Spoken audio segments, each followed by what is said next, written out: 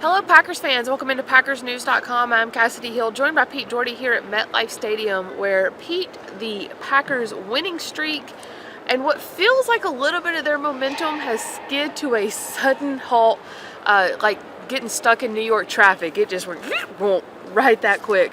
They lose 24-22 to the New York Giants, and Tommy DeVito and Saquon Barkley really just kind of cut this defense up tonight. And then Jordan Love, who had been ascending very, very quickly over the past few weeks, just had arguably one of the worst games he's played this season, as the Packers do lose 24-22. You and I were talking before we started, there's so many little storylines, but no overarching storylines from this game. But I'm going to put you on the spot anyways and ask you, what is your biggest takeaway from this loss? You know, as we were thinking about it since we talked, my takeaway is this is kind of what I was thinking this season was going to be like from early on, where they play a good game or two, then they play a bad game or two. And it just didn't make sense that they were going to play as well as they did, especially the last 2 weeks. That's just the chances of that continuing. Even the best teams in the league have trouble doing that. So it was inevitable that they're going to, and I think they'll have another really bad game or two before the season's done. The question was, can they pull it out? It looked like they were going to maybe pull it out, despite playing really poorly. But they couldn't get the 2-point conversion. They couldn't get the stop. So part of it, I think this is just, my biggest takeaway is this is part of what being so young is. And that's, Love had a rough game. His receivers had a kind of a rough game. And the defense didn't bail them out. Right. I changed my mind at the last second when we did our predictions on Friday, and I went with the Packers. But when we had to answer that question on PackersNews.com earlier last week about what we thought the Packers' remaining schedule would look like, yeah, you picked the Giants. I said this is their loss. Yeah. They're going to slip up and lose one, and it's going to be this Giants game because it just feels like a trap game. In the locker room just now, Keyshawn Nixon was asked about, what's sort of your takeaway after this game. He said, we can't play down. Is that what happened here tonight? Did they play down to their opponent? So he meant that's what he was talking about, was who they're playing. I mean, I don't think they're in position to even look at it that way. They're not that good. Yeah. They just don't have enough pelts on the wall. They haven't won enough games. They're not a team anybody fears. I mean, I think teams respect them now, but I don't think nobody should fear them. I mean, just as easily as you're looking at that schedule, thinking going into this, they could win all 5 of these. They don't play anybody who's got better than a 500 record, for the rest of the season. They could also lose 3. They could lose 3 or 4 easily, because anybody on the schedule can beat them. They're perfectly capable of playing as poorly as they did today. Now, I'm thinking it's going to be up and down instead of October down. Yeah. Or November up. Yeah. So it'll be a really interesting final 4 weeks. I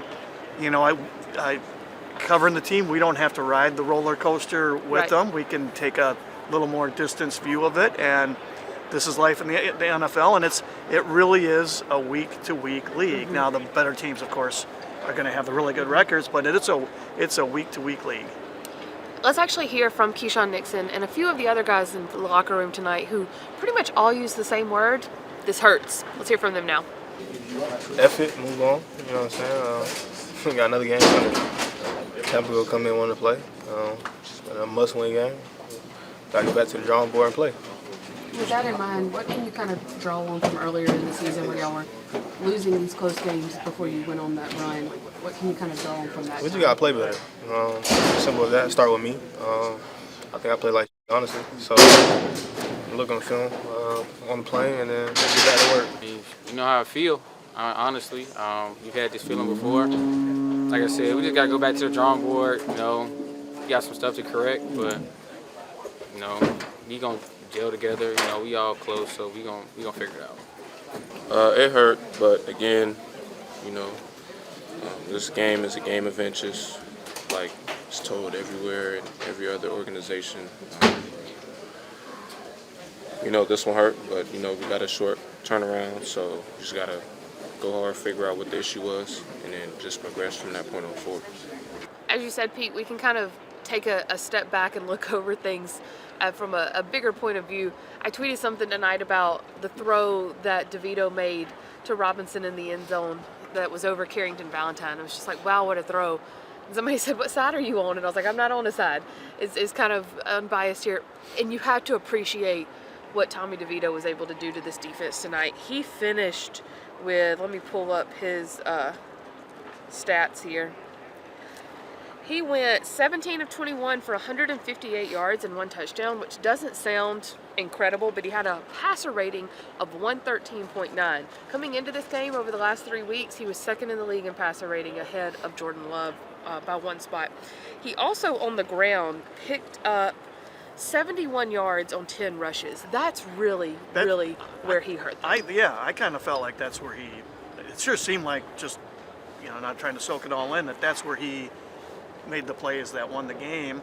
I thought the Packers' pass rush lane integrity was really bad in the first half.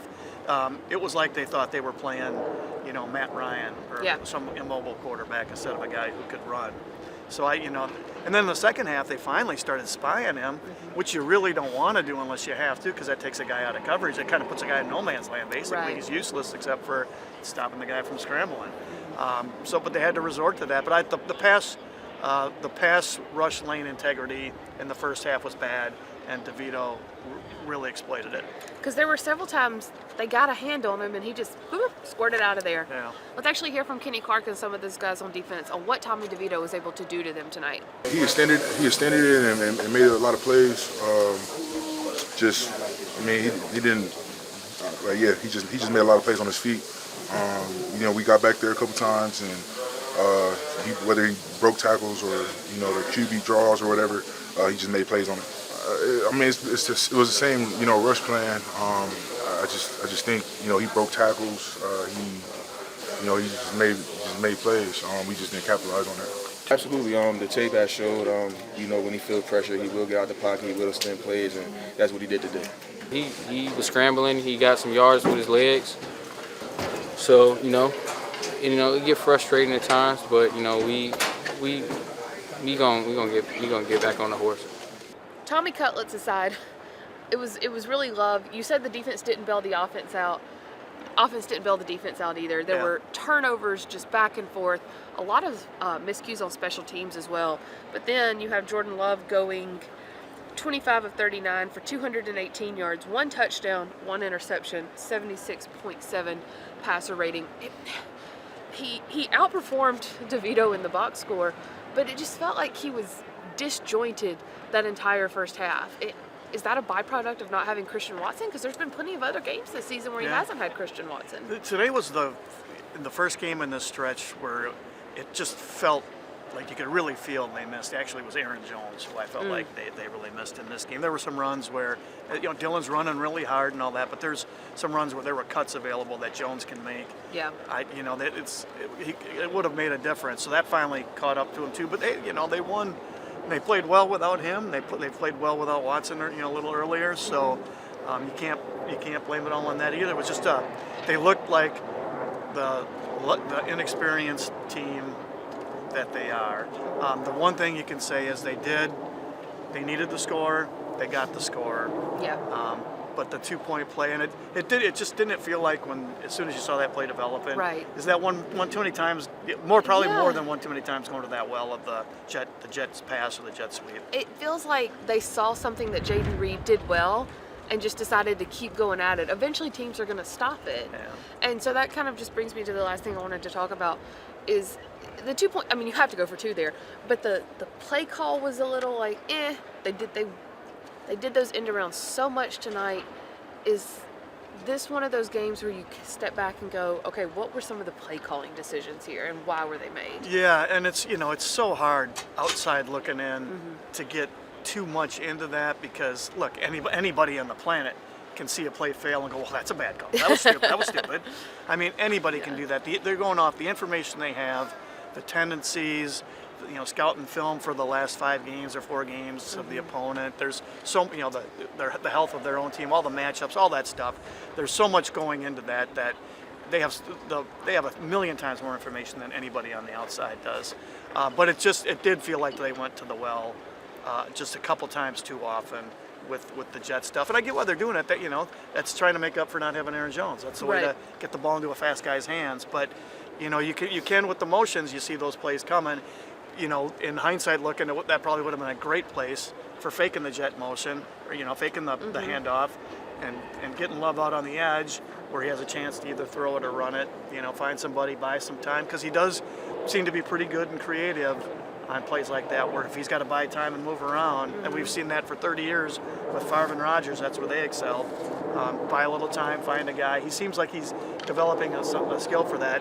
I think I might have put the game in his hands, the 2 points in his hands rather than on a run play. When they first lined up, I thought it might be almost like a quarterback draw, and that they were going to be able to get it in with Love, like you said. And they had just run a quarterback draw on that drive. Yeah, and gotten 3 yards. Yeah, and they only needed 2 for the score, Yeah. for the 2-pointer. Woulda, coulda, shoulda. Yeah, They do head, or you said you wanted to say something else? No. Oh, it looked like you were about to add it. They head back now on a short week, not incredibly short, but a short week nonetheless. Face the Tampa Bay Buccaneers on Sunday. Only 4 games remaining. As we said, on paper, games they should be able to win with relative ease, but any given Sunday, Monday night at 8 p.m. Central, you never know what can happen. We will have full coverage for you, full wrap-up coverage for you from New York, aka East Rutherford, New Jersey. So make sure you stay tuned to PackersNews.com for that coverage, and then we will have full coverage this week leading up to the game versus the Buccaneers. For Pete, I'm Kassidy from MetLife. We'll see you next time, guys.